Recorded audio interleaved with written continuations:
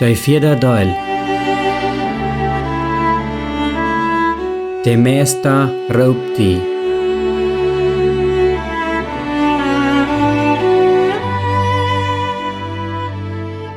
Ein nieuw leven vangt aan.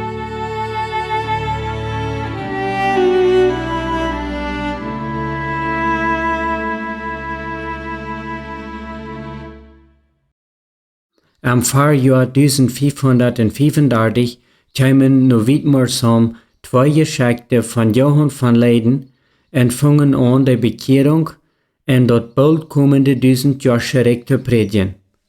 Männer kam dahin an eine große und mäßige Schien von einem Wirtschafter.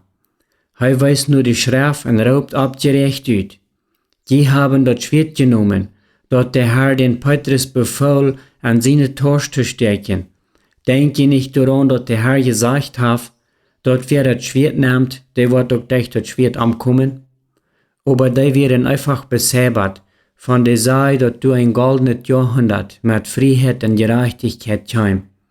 Männer entscheiden sich für öffentlich mit anderen zu handeln, mit den münsterischen Geschichten. Aber dort braucht auch nicht Frucht.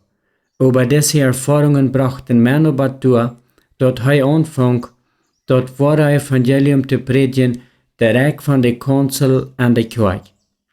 An seine polemische Schrift, der 20 Jahre later Angelius Faber schrift, dachte er noch an diese Zeit. Ich fing an, am Herrn seinen Namen dort falsch auf den schmalen Weg abzuweisen, in all die Sünden und Gottlosigkeit, und durch all die Aufjäterie und falschen Gottesdienst mit der Kraft von der Heiligen Schrift zu bestrafen. Nur dort will man die katholische Kirche von Bannen reformieren, ohne dass er aus der Kirche rausgehen will. Man sind begegnen mit der Geschichte von Münster, wie vor allem der letzte Schubs, zu Menschheden anfangen zu handeln. Er wird dort angegriffen, in der unsichtbare böse Mächte von zwei Seiten. An einer Nacht wirkt er von einem schrecklichen Traum ab. Ein schwarzer Engel kam mit einem kühlen Schwert von seiner linken Seite an Arm an, und von der rechten Seite kam Grützau und mit Kreuz und Schwert ein weiter Engel an seine Seite an. Aber als Männer mit Schrecken sich wohl für seine Feind schmieden, dann hält am eigenen Wort davon auf. Das Gesicht von den weiten Engel wird ganz ähnlich so als das Gesicht von den schwarzen Engel, und unter das weite Kleid wird ein schwarzer Feind voll zu sein. Als Männer seinem Pastor dem Traum verteilt, dann sieht er, vielleicht hatten die auch über eine Seele, und lacht dabei, Männer wir still und doch so. Er kann recht haben, der Katholische und der Chiliasmus haben ein übereinet Gesicht, sie haben bloß verschiedene Kleider.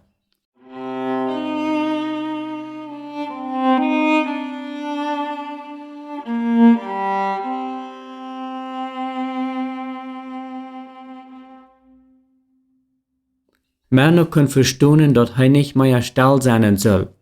Und dann ging er umschrieben an und mögt eine Schrift, die der Chiliasten am Licht stellt.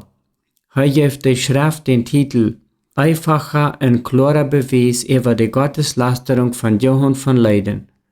Dort wird ein schöner Teil am Mai vom Jahr 1535. In Münster herrscht eine Ungerechtigkeit ohne Grenzen. Alle Tage werden Söhne, wird aus der Stadt utkleven deuten dort gemerkt, und der König auf seinen goldenen Thron raubt.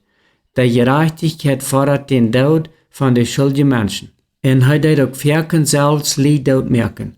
Zu derselben Zeit, 300 Kilometer auf von Münster, schrieb Mano, was für ein verrecktes Ding, ist dort nicht, wenn ein einfacher stofflicher Mensch sich für den König von der Gerechtigkeit utgibt.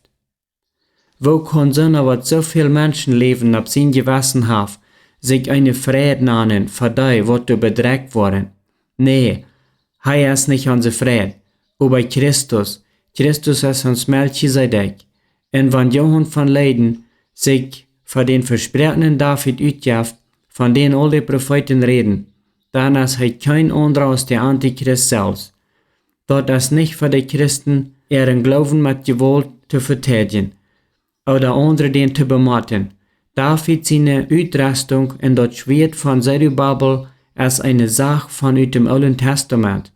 Aber die Gläubigen an Christus nehmen bloß ein geistliches Schwert zur Hand.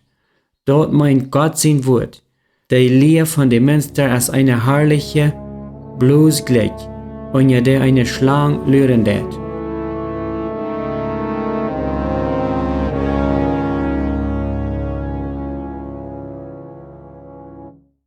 Die Schrift wird auf einmal geschrieben, und man weiß nicht, wofür er die mit seiner Hand aufgeschrieben und seine Freunde die zugeschickt hat, zum die Drecken luten. Dort wird gefordert, Bußig zu tun, aber wenn's dort die Dreckerei so viel wie für eine ganze Monat, und in Münster käme die schreckliche Nachricht, dort die Stadt angenommen worden wir. Und dort meist all die abgereihte Menschen festgenommen worden wären, und der König selbst wird an ein Klutje durch Westfalen gefahren. Manu sein ganzer Iver verschwand. Die Schrift zu drecken hat nu keinen Sinn mehr. Dort wird zu laut.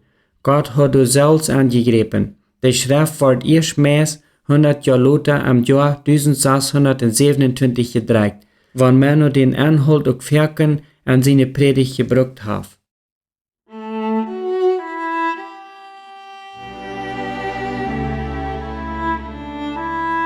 Luther dachte Manu nach.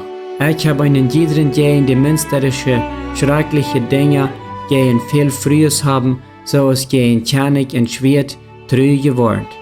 Und an sein Buch, der 25. Psalm, gebetswies ausgelegt, schrift er über die münsterische Propheten.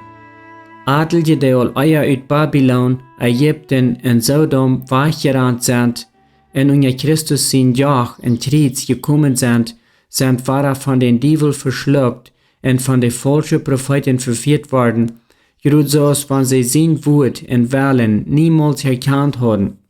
Jo, 7 eure Gäste sind dann angekommen, und der letzte Irrtum ist euer geworden als der erste wir.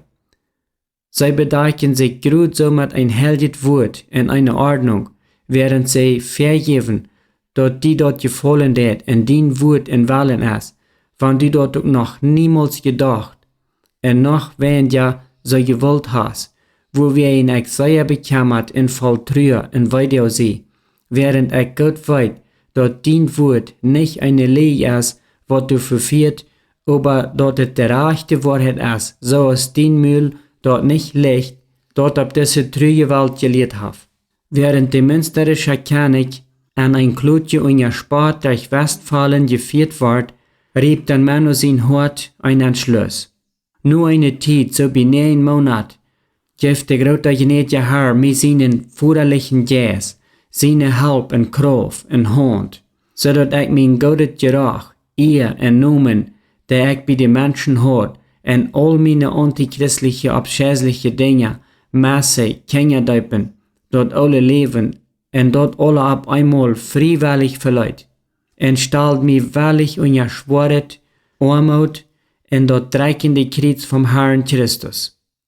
9 Monate trieb die Frucht von der Bösheit. Manu wie ein echter friesischer Wirtschafter, mit einem ruhigen, überfassten und kompromisslosen Charakter. Seine Entscheidungen riebten nicht, übereilt, aber gründlich.